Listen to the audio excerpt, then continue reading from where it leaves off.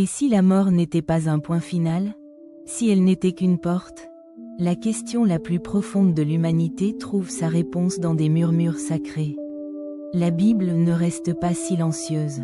Elle sème des indices, des promesses puissantes, qui attendent d'être découvertes. Aujourd'hui, nous explorons ensemble 8 de ces versets mystérieux. 8 fenêtres ouvertes sur l'éternité. Notre voyage commence dans la poussière. Une promesse faite il y a des siècles. Par le prophète Ésaïe. Écoutez cette parole incroyable. Ésaïe chapitre 26 verset 19 dit: Tes morts revivront, leurs cadavres ressusciteront. Ce n'est pas une métaphore. C'est la promesse d'une restauration physique. Une victoire sur la décomposition même. Le prophète poursuit avec une image poétique. Réveillez-vous et chantez, vous qui habitez la poussière. Quelle est la source de cette vie nouvelle? Car ta rosée est une rosée vivifiante. Une intervention divine, douce et puissante. La terre elle-même participe à ce miracle. Et la terre redonnera le jour aux ombres. La création tout entière obéit à son Créateur. Cette promesse n'est pas isolée. Le prophète Daniel, des siècles plus tard, apporte une précision capitale. Il parle d'un grand réveil. Mais pas pour tous de la même manière. Une vérité solennelle qui invite à la réflexion.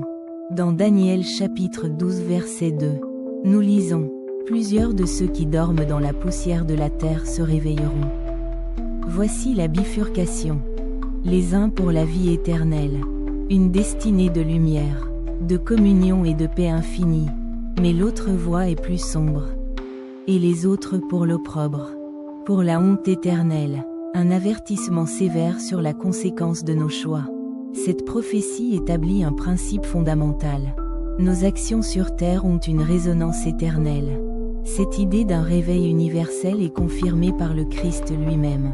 Mais comment cela se produira-t-il? Jésus annonce un événement si stupéfiant qu'il nous prévient. Dans Jean chapitre 5 verset 28. Ne vous étonnez pas de cela. Quel est cet événement?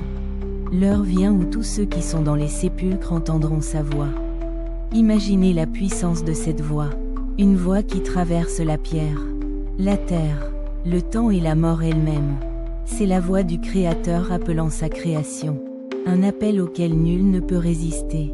Un rendez-vous que nul ne peut manquer. Pour le croyant, cette perspective change tout. L'apôtre Paul l'exprime avec une confiance désarmante. Il ne voit pas la mort comme une ennemie. Dans 2 Corinthiens chapitre 5 verset 8, il écrit: Nous sommes pleins de confiance. Et quel est l'objet de cette confiance? Et nous aimons mieux quitter la demeure terrestre de ce corps pour habiter chez le Seigneur.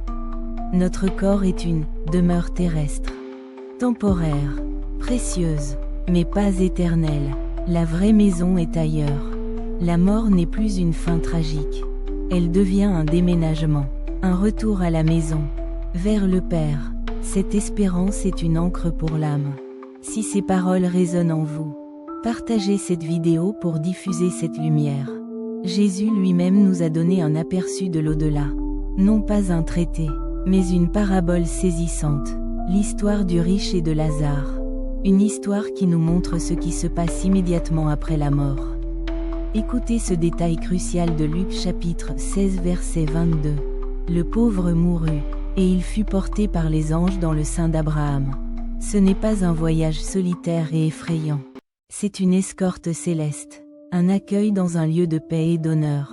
Le sein d'Abraham symbolise le repos, la communion avec les patriarches, la sécurité auprès de Dieu. Cette parabole nous enseigne que la justice de Dieu commence dès l'instant de notre départ de ce monde. Cette transition est un moment puissant de méditation. Pour la garder à l'esprit, imaginez pouvoir écouter ces versets chaque jour. Vous souhaitez méditer ce verset chaque matin? Écoutez la Bible en version audio. Une façon simple de nourrir votre âme. Passons maintenant à la fin des temps. L'Apocalypse nous offre une vision grandiose et solennelle. Où sont les morts? La réponse est poétique et totale. Apocalypse chapitre 20 verset 13. La mer rendit les morts qui étaient en elle. Nul n'est perdu, nul n'est oublié, même au plus profond des abîmes. La mort et le séjour des morts rendirent les morts qui étaient en eux. Toutes les dimensions de l'au-delà sont soumises à Dieu. Pourquoi ce grand rassemblement? Et chacun fut jugé selon ses œuvres. Le moment de la vérité finale. Cette vision n'est pas faite pour terrifier, mais pour nous rappeler la valeur de chaque instant de notre vie. Face à cette éternité, comment devrions-nous vivre? L'apôtre Paul nous livre son dilemme personnel. Une tension entre le devoir sur terre et le désir du ciel. Dans Philippiens chapitre 1 verset 23, « Je suis pressé des deux côtés. D'un côté, rester pour servir l'Église. De l'autre, j'ai le désir de m'en aller et d'être avec Christ. » Et sa conclusion est sans appel. Car c'est de beaucoup le meilleur. Être avec Christ surpasse tout ce que la terre peut offrir. C'est l'aspiration ultime du cœur croyant.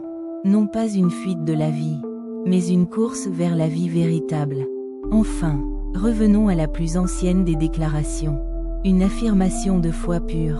Au cœur de la souffrance, Job a tout perdu. Pourtant, il prononce ces mots qui traversent les millénaires. Job chapitre 19. À partir du verset 25. Je sais que mon Rédempteur est vivant, et qu'il se lèvera le dernier sur la terre. Une certitude inébranlable. Puis vient la promesse personnelle, corporelle, après que ma peau aura été ainsi détruite. Néanmoins dans ma chair je verrai Dieu. Ce ne sera pas une vision lointaine ou impersonnelle. Je le verrai moi-même. Mes yeux le contempleront. Il insiste sur l'intimité de cette rencontre. Et non ceux d'un autre. C'est la promesse d'une communion face à face. C'est l'espérance ultime. Voir notre Créateur et Rédempteur. Non pas en esprit seulement, mais dans un corps glorifié. Ces 8 versets ne sont que des éclats de lumière. Des fragments d'une vérité bien plus grande. La mort a été vaincue. De la rosée vivifiante d'Ésaïe à la vision face à face de Job. L'Écriture tisse une tapisserie d'espérance. Comment garder cette espérance vivante au quotidien? Comment faire de ces promesses le fondement de vos journées? L'écoute répétée de la parole est une clé. C'est pourquoi nous vous parlons d'Audible. Imaginez commencer chaque jour avec ces promesses. Grâce à Audible, vous pouvez recevoir la Bible second 21 gratuitement en vous inscrivant à l'essai de 30 jours. Le principe est simple et incroyable. Tu reçois un livre audio gratuit. Comme la Bible, tu l'écoutes partout, et tu le gardes pour toujours. Même si tu annules après l'essai. L'essai est sans engagement. Vous avez accès à plus de 500 000 titres. Le lien est dans la description pour commencer votre écoute. Que cette espérance de la vie éternelle ne soit pas une idée lointaine, mais une force présente qui transforme votre vie. Aujourd'hui, si cette vidéo vous a nourri spirituellement, abonnez-vous à la Voix des Écritures pour continuer à explorer ensemble les trésors de la parole.